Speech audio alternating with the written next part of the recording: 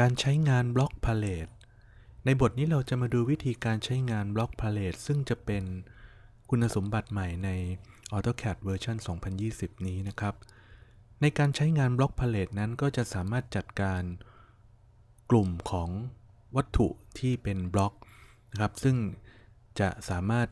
เรียกมาใช้หรือว่าดึงมาทำงานได้ง่ายขึ้นนั่นเองบล็อกพาเลตจะอยู่ที่รายการ View นะครับเราคลิกที่แท็บรายการ View บนริบบอนก็จะเห็นบล็อกพาเลตตรงนี้นะครับในแท็บรายการพาเลตนะครับจะมีรายการของบล็อกขึ้นมาซึ่งตรงนี้ในเวอร์ชันก่อนหน้านี้จะไม่มีบล็อกพาเลตเมื่อเข้าสู่คำสั่งจะปรากฏรายการพาเลตขึ้นมาในลักษณะนี้นะครับอันนี้เราจะดึงออกมาซึ่งจะเห็นรายการอยู่3รายการรายการแรกก็คือ current drawing ตรงนี้จะเป็นการแสดงว่าในไฟล์งานนี้มีบล็อกอะไรที่ได้นำเข้ามาใช้งานบ้างเช่นตรงนี้จะเป็นซิงค์และสุขภัณฑ์นะครับ2รายการนี้ก็จะเป็นบล็อกที่เรานำเข้ามานะครับในส่วนของการใช้งานนอกเหนือจากนี้ก็จะมีแท็บรายการเช่นถ้าหากว่าเราต้องการจะนำเข้านะครับบล็อกเพื่อจะมาใช้งานเพิ่มเติมนะฮะสามารถที่จะคลิกลงไปในรายการจุดตรงนี้นะครับที่เป็นจุด3จุดตรงนี้สามารถคลิกลงไปแล้วไป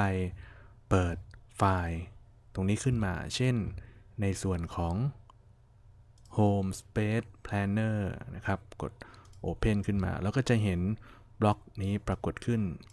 ซึ่งมีบล็อกต่างๆปรากฏขึ้นอยู่ในรายการ Archer Drawing นะครับซึ่งถ้าหากว่าเรากลับไปที่ Current Drawing ก็จะเป็น Sink และเป็น Toilet ตรงนี้เหมือนเดิมนะครับในการใช้งานนั้นก็สามารถทำงานได้ง่ายขึ้นสามารถคลิกเลือกที่ Archer Drawing แล้วคลิกวัตถุได้เลยคลิกที่บล็อกได้เลยนะครับคลิกแล้วปล่อยนะฮะเลื่อนเมาส์ออกมาแล้วคลิกวางลงไปได้เลยในลักษณะนี้ซึ่งถ้าหากว่าต้องการจะหมุนวัตถุเช่นเราจะนำโซฟาเข้ามานะครับโซฟาอันนี้คลิกเลื่อนคลิกวางแบบนี้นะฮะส่วนถ้าหากว่าต้องการจะนำเข้ามาแล้วหมุนด้วยเนี่ยเราก็สามารถที่จะใช้ insertion option ในส่วนนี้เช่นเรากำหนดให้สามารถหมุนได้หลังจากนำมาวางก็คลิกที่ rotation นะครับเช็คตรงนี้ให้ปรากฏเครื่องหมายถูกตรงนี้แล้วเข้าไปคลิกที่บล็อกเลื่อนเมาส์ออกมาคลิกวางตรงนี้เมื่อวางได้แล้วสามารถที่จะหมุนนะครับเลื่อนเมาส์ลงไปหมุนไปในทิศทางที่ต้องการหรือว่าจะพิมพ์องศาในการหมุนลงไปก็ได้แล้ว enter นะครับก็สามารถทำได้ตรงนี้ก็จะต้องสามารถใช้คำสั่งต่างๆได้ตามปกตินะครับเราใช้พวกคำสั่ง move คำสั่ง copy ต่างๆได้ตามปกตินะครับเช่นอันนี้เราจะย้ายเข้ามาก็กลับไปใช้คำสั่งในส่วนของการ move วัตถุขึ้นมาแบบนี้ก็ได้นะครับหรือจะนำเข้ามาคลิกเลื่อนคลิกวางแล้วก็จะขยับเองก็ได้แบบนี้นะครับคลิกดูเส้นให้ตรงแล้วคลิกเพื่อวางจัดตำแหน่งได้ตามต้องการตรงไหนที่ไม่ได้ใช้สามารถคลิกเลือกแล้วกด delete เพื่อลบได้ตามปกติตรงนี้ก็จะเป็นส่วนของการใช้งานถ้าเรากลับไปดูในส่วนของรายการ current drawing นะครับก็จะมีวัตถุที่ถูกนำเข้ามาเพิ่มเติมอยู่ในส่วนนี้นั่นเอง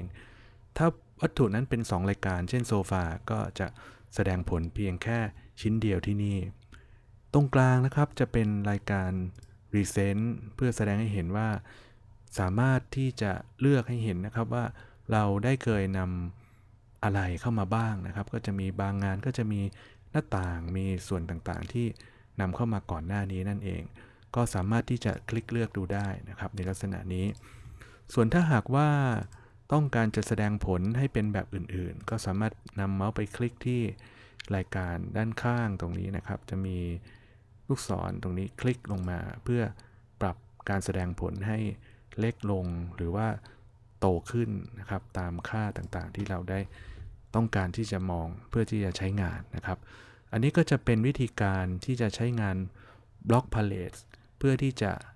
นำมาใช้งานนะครับเป็นวัตถุต่างๆจากภายนอกนำมาใช้งานซึ่งก็จะเป็นคำสั่งที่เป็นคำสั่งใหม่นะครับใน AutoCAD เวอร์ชัน2020 นี้นะครับ